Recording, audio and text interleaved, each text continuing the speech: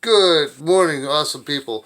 Welcome to DIY Solar Homestead. So there's going to be an extreme amount of solar projects going on. Solar battery bank 2 is going to get wired up most likely today. Solar battery bank 1 is going to change from 12 to 24 volts, possibly today. Now, one of these wires up here goes to the furnace. That storm is coming in. Diamond calls it a triple polar vortex. So I'm going to snip a wire, or hit the circuit breaker, snip the wire, and I'm going to make it like an extension cord. I'm going to put that on there, and then I got this. So I can hit the circuit breaker that says furnace, and I can run this extension, and this is what I need it to be plugged into. I got 3 outlets for solar power right there, and this could possibly plug into that if there's a power outage.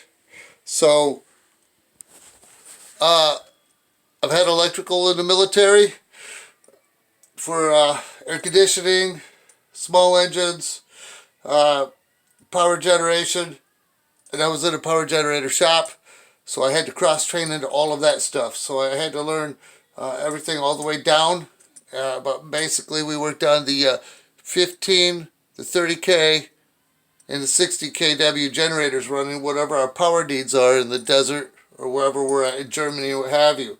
So I'm standing there looking at these, thinking I'm going to make, with some pigtails, an extension cord. Then I realized if I want to go code, I also picked up the box, and I got those.